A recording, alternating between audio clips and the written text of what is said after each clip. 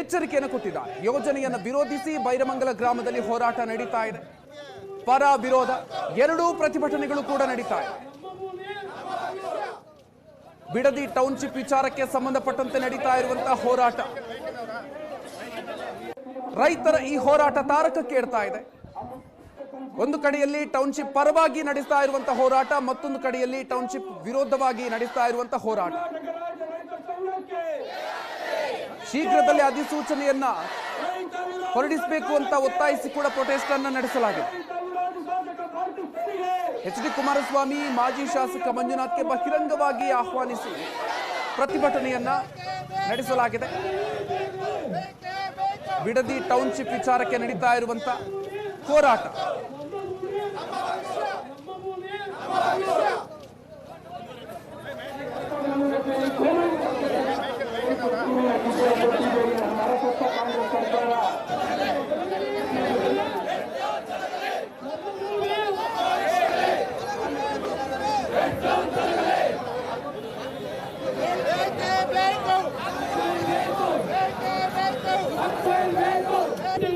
ಈ ಬೆಳವಣಿಗೆಯಲ್ಲಿ ಇಲ್ಲಿ 2015 ತಿಂಗಳಿಂದ ಸಾಕಷ್ಟು ತೊಂದರೆ ಅನಿಸ್ತವ್ರೆ ರೈತರು.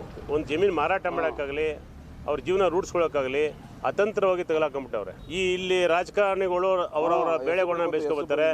ಮೊನ್ನೆ ಮುಖ್ಯಮಂತ್ರಿಗಳು ಬಂದಿದ್ರು, ಮಾಜಿ ಶಾಸಕರು ಬಂದಿದ್ರು. ಅವರೇ ಆದ ಹೇಳಿಕೆ ಕೊಟ್ಕೊಂಡು ಅವರೇ ರಾಜಕೀಯ ಮಾಡೋಕ್ಕೆ ಬಂದರೆ ಇಲ್ಲಿ ಅವಕಾಶ ಕೊಡಲ್ಲ. ನಾವು ದಯವಿಟ್ಟು ಅವ್ರಿಗೆ ನಾವು ಕರೆದಿ ನೋಡಿ, ವೇದಿಕೆ ಇವತ್ತು ಹಂಗೆ ಇದೆ, ಅವ್ರನ್ನ ಕರೆದಿ ಅವರು ರೈತರನ್ನ ಚರ್ಚೆ ಮಾಡೋಕ್ಕೆ ಅಂತ ಬಂದಾಗ ಇಲ್ಲಿ ಪರವಾಗಿರ್ತಕ್ಕಂಥವ್ರು ವಿರೋಧ ಇರ್ತಕ್ಕ ನಾವು ಸ್ವಾಗತ ಮಾಡಿದ್ದೀವಿ. ಅವ್ರನ್ನ ಬನ್ನಿ, ದಯವಿಟ್ಟು ನಮ್ಮ ಜಾಗಕ್ಕೆ ಬನ್ನಿ, ನಮ್ಮ ಕಷ್ಟನ ಕೇಳಿ, ಆಮೇಲೆ ನೀವು ತೀರ್ಮಾನ ಮಾಡಿ. ನಿಮಗೆ ಆದಂಥ ಒಂದು ಶಕ್ತಿ ಇದೆ, ನಿಮ್ಮದೇ ಆದ ಶಕ್ತಿನ ಆಮೇಲೆ ಉಪಯೋಗಿಸಿ ಅಂತ ಕರೆದ್ರೂ ಕೂಡ ಅವರು ಈ ವೇದಿಕೆಗೆ ಬರದೆ ಒಂದು ಸೆಕ್ಯೂರಿಟಿನಲ್ಲಿ ಹೊರಗಡೆ ಹೋದರು, ಸೆಕ್ಯೂರಿಟಿನಲ್ಲಿ ಬಂದು ವಾಪಸ್ ಹೋದರು.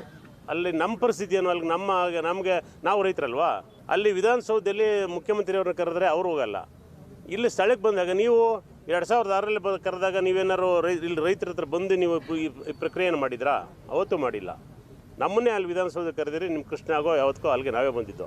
ಇಲ್ಲಿ ಪರಿಸ್ಥಿತಿಯನ್ನು ಅವಲೋಕಿಸೋಕ್ಕೆ ನೀವು ಇಲ್ಲಿ ಬರದೇ ಹೋದ್ಮೇಲೆ ನಿಮಗೆ ಇಲ್ಲಿಗೆ ಬರ್ತಕ್ಕಂಥ ನೈತಿಕತೆ ಎಲ್ಲ ನೀವು ನಮ್ಮನ್ನ ರಿಜೆಕ್ಟ್ ಮಾಡಿದ್ದೀರಿ, ರೈತರೇ ಅಲ್ಲ ಅಂತ ಒಂದು ತಪ್ಪು ಹೇಳಿಕೆಯನ್ನು ಕೊಟ್ಟಿದ್ದೀರಿ, ಯಾರೋ ಕುಡುಕರು ಅಂತ.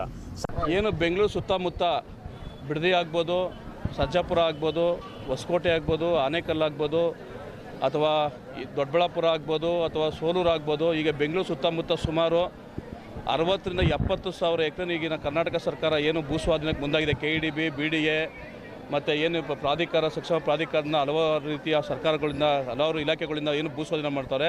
ಇದನ್ನು ಖಂಡಿಸಿ ಎಲ್ಲ ರೈತರುಗಳು ಎಲ್ಲ ಭಾಗದಲ್ಲೂ ಬೆಂಗಳೂರು ಸುತ್ತಮುತ್ತ ಪ್ರತಿಭಟನೆ ಮಾಡ್ತಾಯಿದ್ದೀವಿ. ಇದರ ಒಂದು ಅಂಗವಾಗಿ ಆನೇಕಲ್, ಸರ್ಜಾಪುರ ಹೋಬಳಿಯುವಂಥ ರೈತರುಗಳು ಸುಮಾರು ನಮಗೆ ಅವರು ಸುಮಾರು ಕಳೆದ 1 ವರ್ಷದ ಹೆಚ್ಚು ಕಾಲದಿಂದ ಹೋರಾಟ ಮಾಡ್ತಾಯಿದ್ದಾರೆ. ಅವರು ಏನು ಈ ಒಂದು ವಿಧಾನಸಭಾ ಚಲೋಗಿ ಅಂತ ಅಥವಾ KEDB ಮುತ್ತಿಗೆ ಅಂತ ಏನು